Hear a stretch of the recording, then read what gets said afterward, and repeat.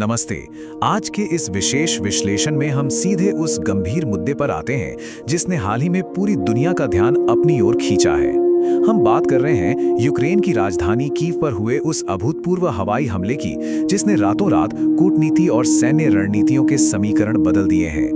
ये सिर्फ एक हमले की घटना नहीं है, बल्कि ग्लोबल जियोपॉलिटिक्स में आ रहे एक बहुत बड़े और खतरनाक बदलाव का स्पष्ट संकेत है।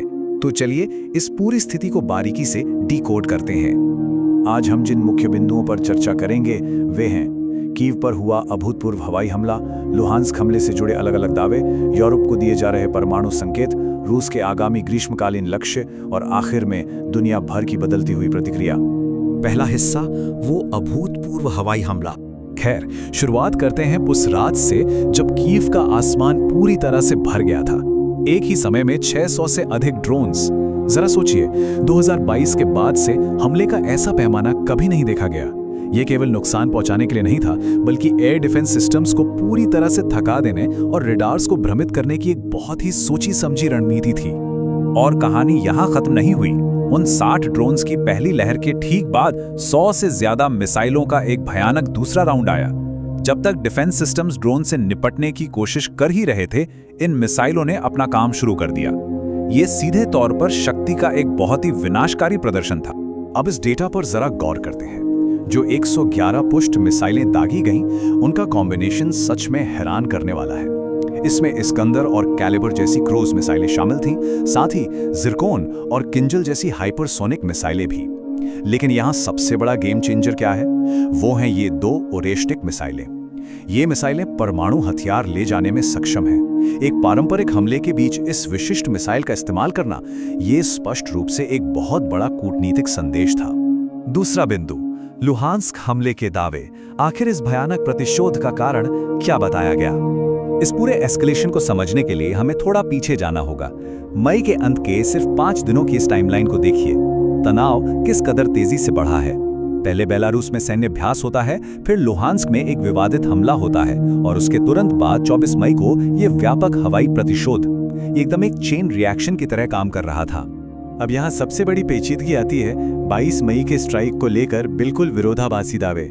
एक तरफ यूक्रेन का स्पष्ट कहना है कि उन्होंने पूरी तरह से एक मिलिट्री टारगेट को हिट किया, जो रूबिकॉन ड्रोन यूनिट का मुख्यालय था।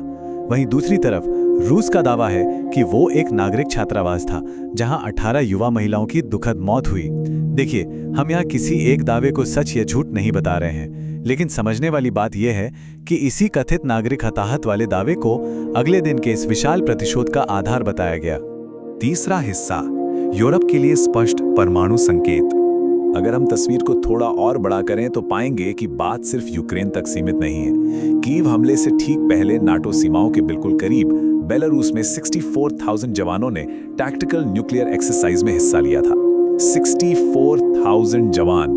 ये कोई रूटीन ड्रिल नहीं थी, बल्कि ये शक्ति का एक बहुत बड़ा प्रदर्शन था, वो भी ठीक ऐसे वक्त में जब तनाव अपने चरम पर था।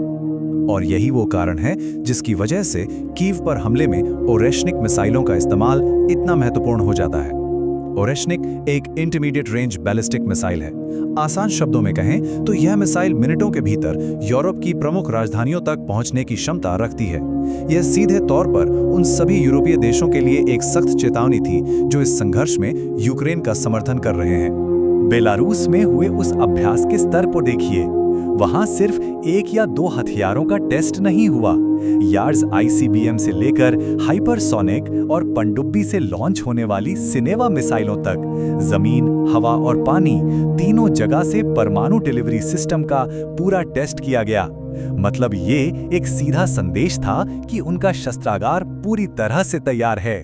आगे बढ़ते हैं चौथे बिंदु पर, रूस के आगामी ग्रीष्मकालीन रणनीतिक लक्ष्य। तत्काल जवाबी कार्रवाई के बाद अब फोकस इस बात पर है कि आगे क्या होने वाला है। यूक्रेनी खुफिया एजेंसियों के अनुसार जल्द ही 20,000 और सैनिकों की तैनाती होने वाली है। ये कोई छोटी संख्या नहीं है।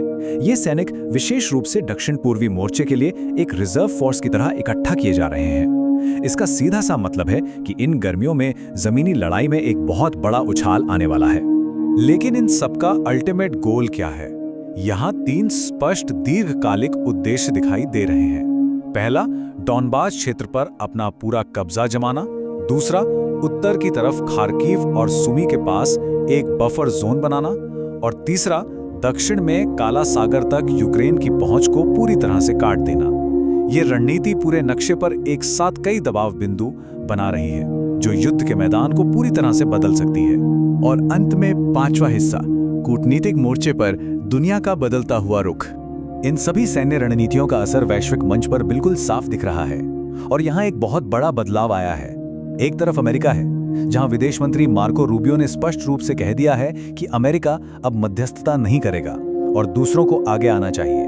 वहीं दूसरी तरफ यूरोप का रुख एकदम आक्रामक होता जा रहा है।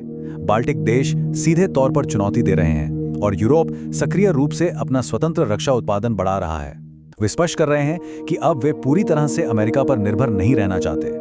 और इस पूरे विश्लेषण के बाद हम एक ऐसे सवाल पर आकर खड़े हो जाते हैं जो बेहद गंभीर है। जब शांति वार्ता या मध्यस्थता लगभग ठप पड़ चुकी है और दोनों तरफ से हथियारों का जखीरा लगातार बढ़ रहा है, तो आखिर इस चक्र को तोड़ेगा कौन? अगला और भी भयानक एस्केलेशन होने से कैसे रुकेगा? ये एक ऐसा सवाल है जिसका स्पष्ट जवाब फिलहाल अंतर्राष्ट्रीय समुदाय के पास नहीं है, लेकिन इसका असर हम सभी पर पड़ सकता है। आज के इस विश्लेषण में जुड़ने के लिए धन्यवाद। सीखते रहें और ऐसी ही महत्वपूर्ण जानकारियों से अपडेट रहें।